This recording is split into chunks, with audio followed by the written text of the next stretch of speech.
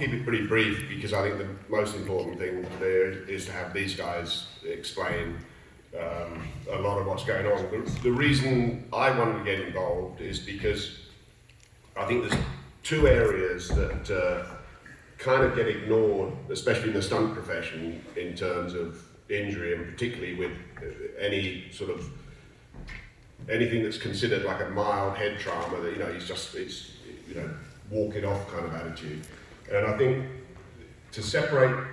the two areas that I think need to be addressed by every stunt performer, and certainly every coordinator and someone that's setting up some action, is first of all the recognition and understanding of exactly what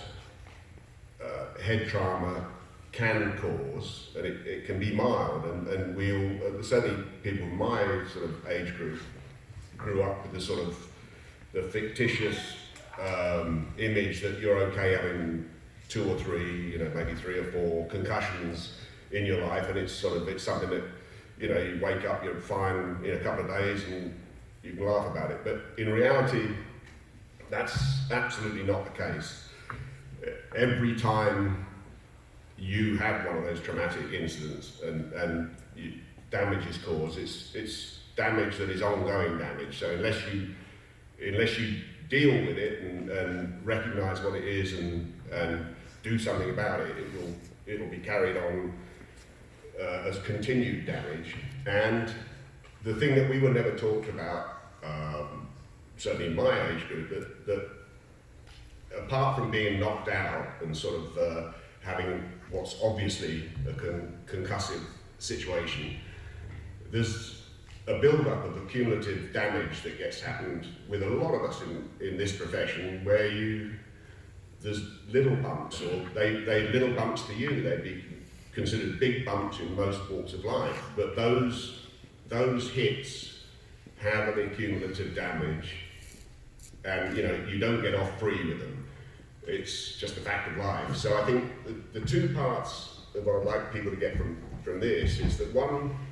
the understanding and recognition of the potential damage, and then the second half is about what you can do once you've assessed that damage, what you can do to either minimise it, hopefully prevent it, but certainly minimise it. But in order to minimise it, you need to know the odds, you need to know what they are, you know, what damage it could be potentially done to you. And on the minimisation side of this, I think it's happening much more with a lot of younger stunt people that come in. They tend to be more in tune with mechanisms and apparatus and things that's available now, you know, but I still see older guys turning over cars with no neck restraint and open face helmets that were built in 1966. There's better stuff out there, and just like we're not driving steam engines around, do research and find out that, just imagine if you pull 10 Gs in a landing, whatever your head weighs, plus the weight of that helmet, if you're landing upside down, that can be 200 or 300 pounds that's pulling on these neck muscles here, which, you know, you don't need to be a scientist or a doctor to realise the damage that can be done. And that can be prevented with things like neck restraint systems at Hams, and several people make really good neck restraint systems now. So when I see someone turning over a car with a heavy, probably fairly well-used helmet that's not doing an awful lot and no neck restraint, I think, wow, that's someone that really doesn't value their own body, their mind, and their cognitive skills. So I think the two things I'd like to get everyone to get from this is understand what the potential damage is, how to recognise it and the effect of it, and spot it in yourself and in other people. And secondly, be in tune with latest technologies and things that come along, and switch on to anything that can help protect you, because it's once that damage is done to a point of irreversibility, that's it. I mean, you look at a lot of heavyweight boxers that have boxed since the larger gloves have come on,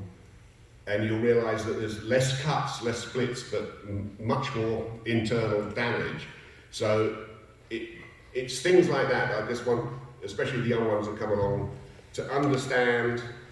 what can happen and understand the choices you have about how you prevent it, or if you look at it and you realise you're going to get hurt, do you really want to do it? Because it's a, you know, we're in the business of making movies, not killing people. So with that, I'm not going to say any more. I'd rather have two experts talk about it. So Doug and Karen, I'd like you to come up and explain your